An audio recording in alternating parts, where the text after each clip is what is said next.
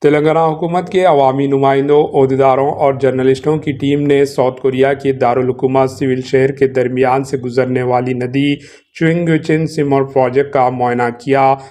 مقامی عہدیداروں نے بتایا کہ چیونگچن ندی سیول شہر میں 13.7 کلومیٹر لمبی ہے، دو شہروں کے تجارتی علاقوں کے درمیان سے گزرتی ہے۔ یہ 20ویں صدی کے اوائل میں شہر کی ترقی کی وجہ سے آلودہ ہو گئی تھی۔ ساؤتھ کوریا حکومت نے بعد میں سیوریج سسٹم بنایا تاکہ اس مسئلے کو حل کیا جا سکے۔ اس ندی کے اوپر کئی پل تعمیر کیے گئے اور ندی کو صاف کیا گیا۔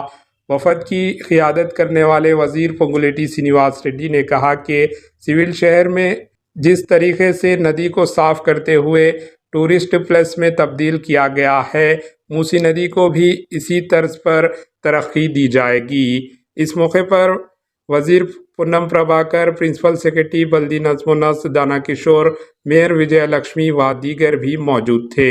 Bureau report, AHN news.